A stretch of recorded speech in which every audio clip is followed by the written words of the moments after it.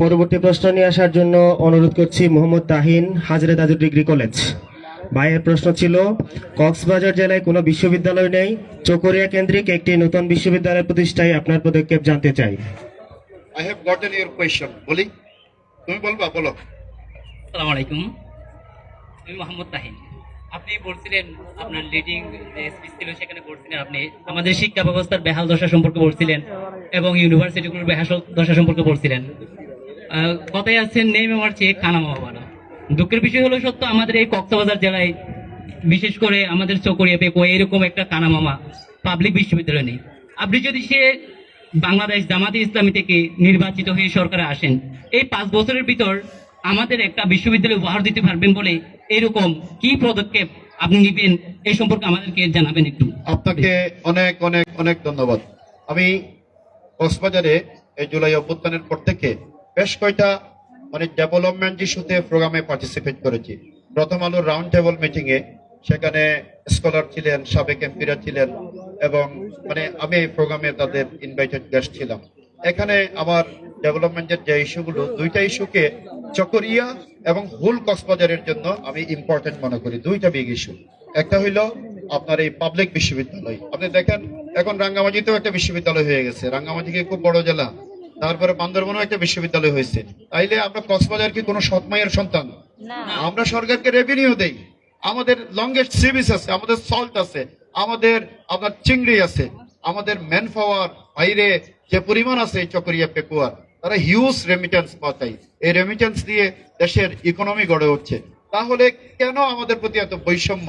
আমি সবসময় বলে আসছি, আমাদের দুইটা জিনিস খুব এজেন্সিয়াল প্রয়োজন পুরো জেলার জন্য এবং চকরিয়ার জন্য। একটা হলো পাবলিক বিশ্ববিদ্যালয়। এই পাবলিক বিশ্ববিদ্যালয়টা মাতামু আপনার কর্ণফুলীর ব্রিজ থেকে বঙ্গোপসাগর, এই দুইটা সীমানার মধ্যখানে সেন্ট্রাল পয়েন্ট চকরিয়া। ইনশাআল্লাহ এটা চকরিয়াই হবে ইনশাআল্লাহ।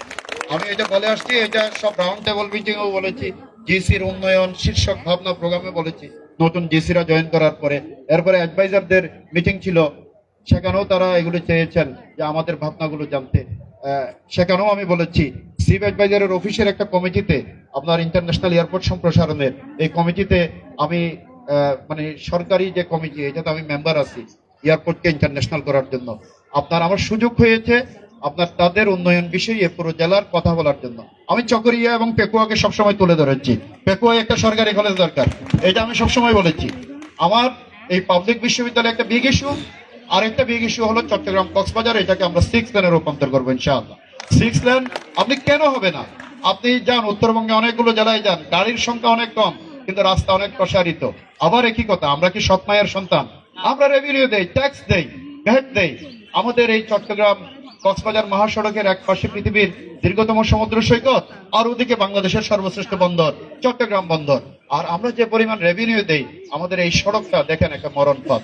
ইনশাআল্লাহ আমাদের জেনজি ছাত্রছাত্রীরা আমাদের এই চট্টগ্রাম কক্সবাজার মহাসড়ককে 6 লেনে উন্নীত করার জন্য আন্দোলন করেছে।